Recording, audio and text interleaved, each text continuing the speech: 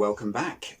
This is part 2 of our journey through the Minor Arcana Suit of Wands, and in this lesson we're going to be looking at cards 6 through to 10. So we'll start with card number 6, the Six of Wands. In the Golden Dawn system, this is known as the card of victory, and you can see this very clearly in Pamela Colman Smith's Rider-Waite image. We can see a victory procession, whether this is a knight or whether it's a soldier or whether it's just, it could be anyone. It could be somebody who's won a sports contest. It could be a gladiator. Yeah, whoever it is, whatever it is. This is a victory procession.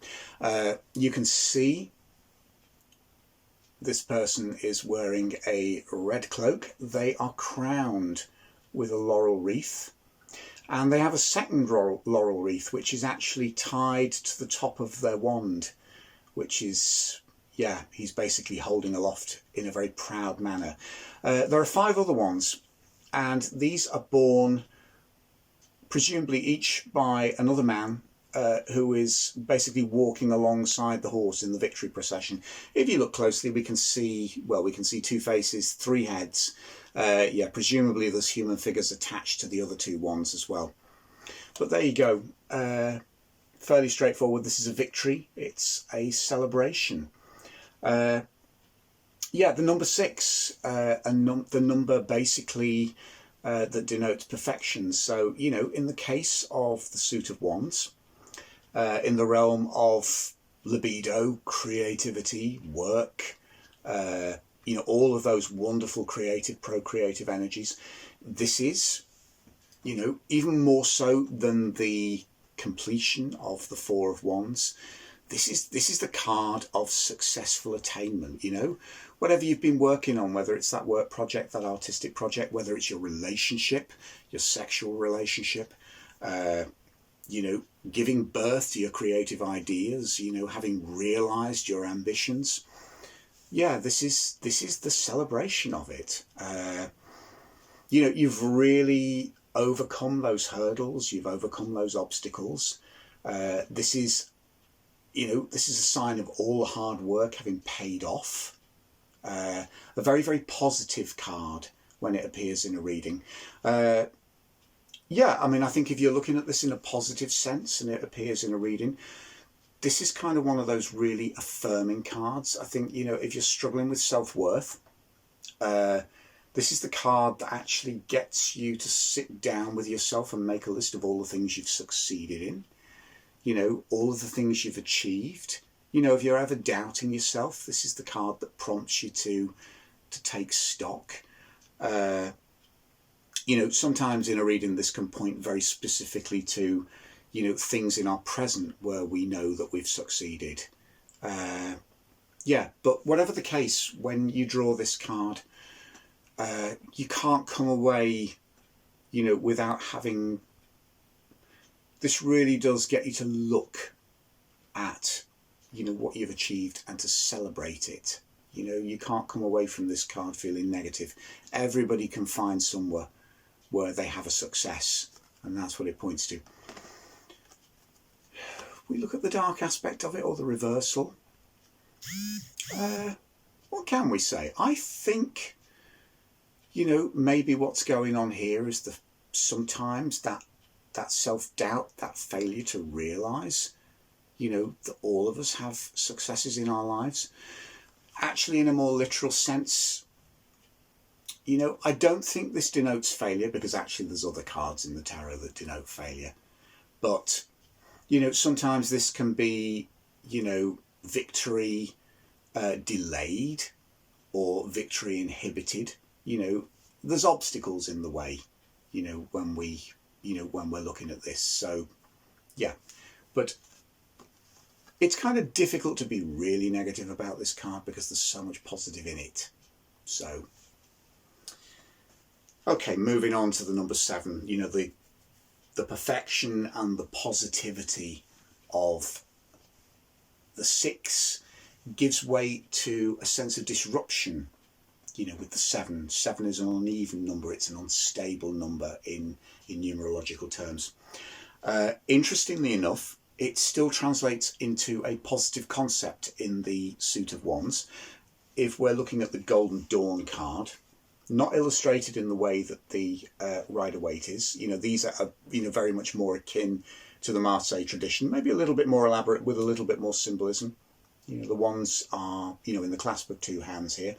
But this card is actually denoted as the card of valour and the card of bravery in the Golden Dawn system.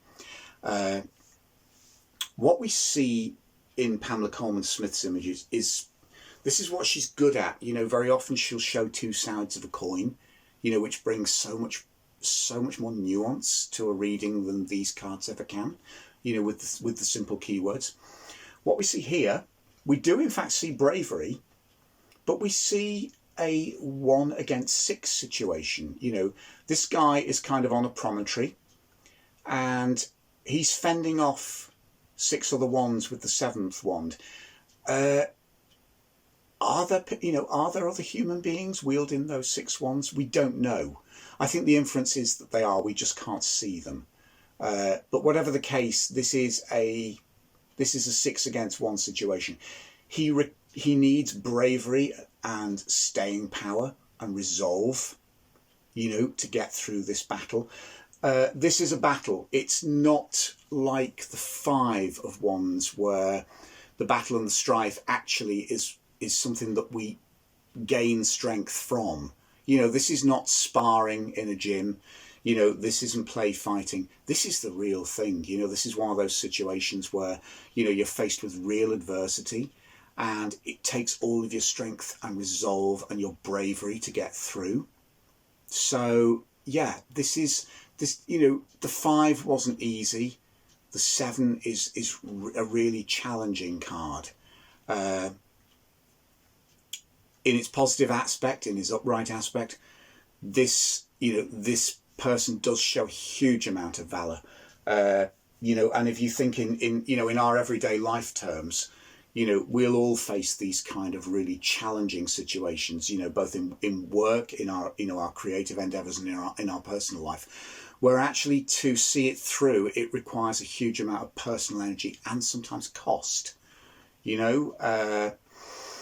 If we're working at that work project, which is really high stakes, and then we get so far and we find we're facing a lot of opposition, it's not straightforward. We've got no guarantees we're going to succeed. It takes every ounce of our energy just to get through. The amazing thing with this person denoted here is they don't just get through, they fight to survive. So there is a lot to admire about this figure. There's a huge amount of resolve and strength within this figure. And I think if this card appears in a reading, it kind of encourages us to know that, that's in all of us. We just have to tap into it, If it's reversed, the negative aspect of this person, there's a crisis of confidence going on here. There's a danger of feeling really overrun, of feeling outnumbered, besieged, frightened of failure, even the potential to run away, that. And let's face it, be gentle on yourself.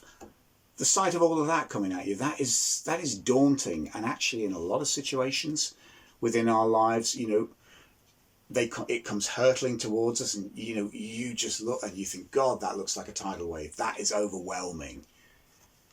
So when it's reversed, yeah, are you overwhelmed? Are you struggling? Do you feel out of your depth? Those are all very, very valid questions to ask. And that's all encapsulated in this card. It's the card of valor, but then, whenever we're dealing with our own personal resolve, with our own capacity for bravery, that raises a lot of questions for better or for worse. So moving on to the number 8. 8 is a number of forward momentum in numerological terms. 4 times 2. Perfection and perfection twice over. By contrast, in the suit of swords, that doesn't play out. That plays out in a conflict. That doesn't sit comfortably with the suit of swords. So what you end up with the Eight of Swords, we'll see soon. Is a very complex card. It sits beautifully within the suit of wands.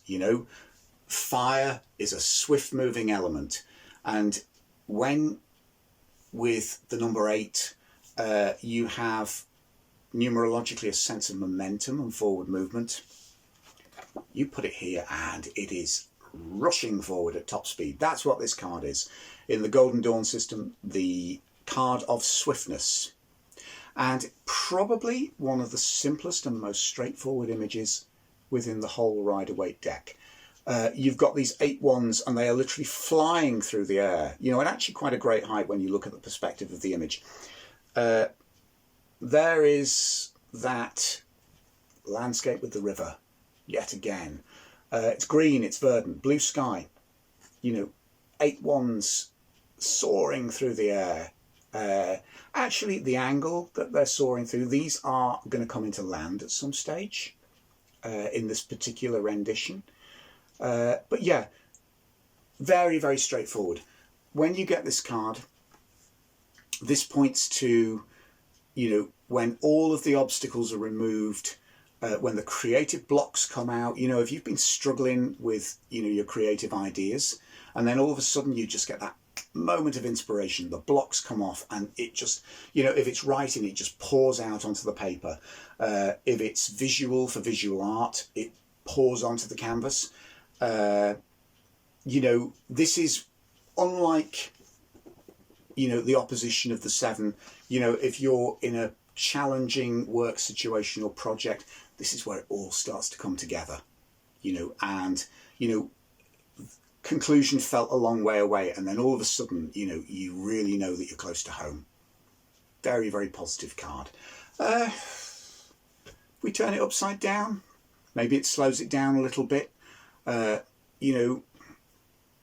It's kind of one of those cards that, yeah, because interestingly enough, if you turn it upside down, they're still flying through the air. I don't know. I think use your own intuition with this reversal. Maybe the speed with which they're moving becomes a bit disorientating if this card is reversed. Maybe it's too fast for you to handle. Maybe that's the key to reversing this. How quickly is it moving? Can you handle the pace? Maybe all of a sudden this work project has overtaken me. That it's got out of my control. The momentum is too fast for me to hold on to the reins. Swiftness sometimes can be a little bit dangerous. So, yeah. Upright positive. Reversed, not necessarily negative, but actually a little bit more perilous. Okay.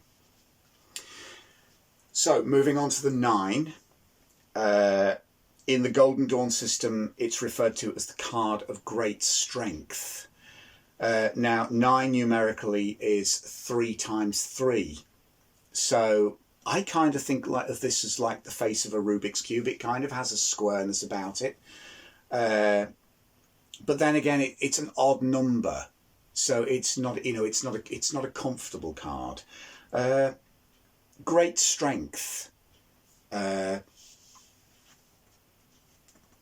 Coleman Smith shows it in an interesting way. Look at this guy. This is a wounded warrior. His head's bandaged. It's another stage card, so it feels like a reenactment. Interestingly, one of the wands is in the hand of the wounded warrior. The others are part of the backdrop. So they're almost like a fence, or a gateway, and he's standing guard in front of them. Great strength, staying power, dogged determination. This is somebody who's been through hell. He's got the wounds and the bandages to prove it. He's not giving up. There is real dogged determination in this card. Yeah, sometimes when the way gets really tough, and sometimes if things speed up to the point where you're struggling to keep up. If the currents and the winds around you get a bit too turbulent, you just have to dig your heels in. In his case, he's dug the wand into the ground. That's his staff. He's leaning on it. And yeah, it's a very protective card. This is almost saying, don't try and force me out the way. Don't mess with me. Don't think that I'm a pushover. You can't just tap me and I'll crumble. Slap me as hard as you like. I am not moving. You are not getting past me. There's a huge amount of determination in this card. 9s are a number of initial completion. Usually when you move on to the 10, that kind of shows you how, once you've reached that completion, how can you explain that? You've reached the finish line here. The 10s kind of show you what happened when you get past it. And actually the 10 is kind of when it all comes home to roost. So in the suit of wands, that fire, that real inner fire, that determination, that energy, all of that sort of, the strength of that, the power of that is really manifesting in this card, but it's kind of a dogged manifestation. This is where you really draw to the depths of your inner reserves to get the job done, Upside down, I would say that reserve crumbles, If you're looking at this from a reverse point of view or from a negative aspect, it's kind of when you just, you crumble because your energy runs out. There isn't quite enough strength. This is kind of when the wounded bit wins over on the warrior bit. And sometimes you kind of just have to admit to yourself in life, I've not got the strength to see this through. So sometimes this can bring up uncomfortable issues in a reading. If somebody is having to face the fact that, they've taken something on that actually, they thought they had more strength than they actually have got. In my own situation, I can relate to this because I have a particular book project that I took on a couple of years ago. And actually, it's something that I worked on for 18 months before I realised I was hopelessly out of my depth. And actually, for the time being, I just had to shelve that project. I don't know whether I will come back to it. I may well do at some stage. But at that time, yeah, it was very much what this reverse card is showing. The project was bigger than me. So, yeah, in its upright, strength to see it through. Reversed, that comes into question. So if we move beyond the initial completion of the 9 to the 10, in the suit of wands, I think because of the nature of the element and, the wand itself, there is a drive in this suit. Wands, as fire and air are the two masculine elements, and they are very forward moving and proactive, but actually sometimes that can go too far. Actually having reached a conclusion here, the problem is we can't stop that momentum. And how that translates here in the Golden Dawn system, the 10 is known as the card of oppression. You can see how it plays out. Pamela Coleman Smith actually denotes it as somebody carrying a burden that is just too heavy. This card, dogged determination will get there. Actually, the problem is it doesn't stop. And it's an interesting one because actually the burden is obviously too heavy. It's another stage card. So again, there is a sense of kind of this acting out. This is very much, think with Pamela Coleman Smith, the Shakespeare quote, all the world's a stage.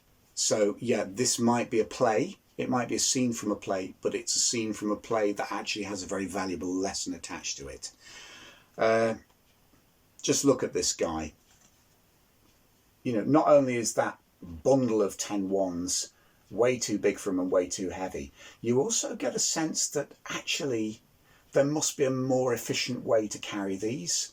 You know, it looks as if they're splaying out, and actually if you kind of could fast forward by 10 seconds, you know, he probably would have dropped all of these. So this is a very oppressive burden, and, you know, it can mean genuine, cruel oppression. You know, think workplace harassment, workplace bullying, you know, unrealistic work targets,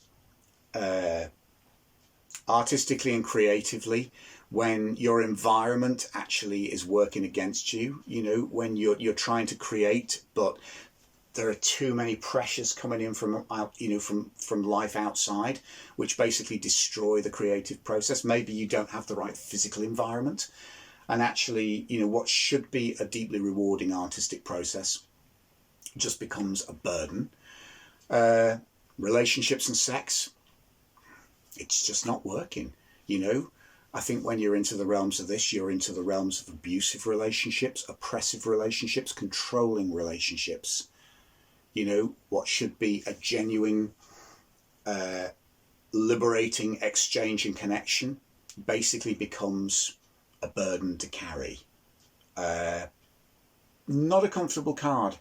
And funnily enough, neither the suit of wands or the suit of swords comes to a positive conclusion. You know, it's, you know, that drive can be the very thing that actually causes you downfall, which, if you kind of translate that into real life, that takes a lot of thinking about. Do that. We turn him upside down. Basically, he drops the wands, you know, and I think, again, I mean, what strength he had is even weakened, and, you know, it all collapses. Is that a bad thing? Do you know, it's a painful thing, but there are times in life where actually we have to drop the ball. And the one redeeming thing about this card in the reverse is, you know, when it all collapses and the wands end up in a heap around him and he's flat on the floor, do you know what? You can pick yourself up, and then you think, okay, how do I pick the pieces up here? Can I pick the pieces up here, or do I just have to walk away? Whatever happens, once you get to that stage, you kind of have to face the reality of it and then make your decisions. The other positive thing, I mean, if you look at this as straightforward oppression, if you're looking at this card in reverse, think of the upright as being the negative aspect and the dark aspect. Reverse could be the positive aspect. You know, this could also potentially be a symbol of liberation. You know, this is where oppression is turned on its head. You know, this is where the oppressed fights back, you know, or, you know, it turns out that the one that looked weak is actually the strong party within the dynamic. This also, you know, if you're actually using the cards to reflect on a repressive situation, if this turns up reversed, maybe it's asking the question, who is really the oppressor? You know, are we dealing with a little bit of passive aggression going on here as the person who appears to be the underdog? Is that really the case? You know, this is kind of quite a dangerous card and quite a perilous card too, because I think it really does, you know, when you're using this as a tool for reflection, it makes you realize that, you know, sometimes a lot of situations are not black and white. So turn this card over at your peril, but then again, you could say that with a lot of the cards in the tarot, but that's not a bad thing. So there you have it. That brings us to the conclusion of the numbered cards from the suit of wands. So in our next lesson, we will conclude the suit of wands with a journey through the court cards. And I hope this has been helpful. If you've enjoyed this lesson and found it helpful, please hit the like button, share it with your friends, and subscribe to my channel to find out when I share new videos or go live. You can also find me on Instagram at Chris Butler Artist, on Twitter at Butler Tarot, and on Facebook at The Sacred Tarot. Thanks for watching and see you next time.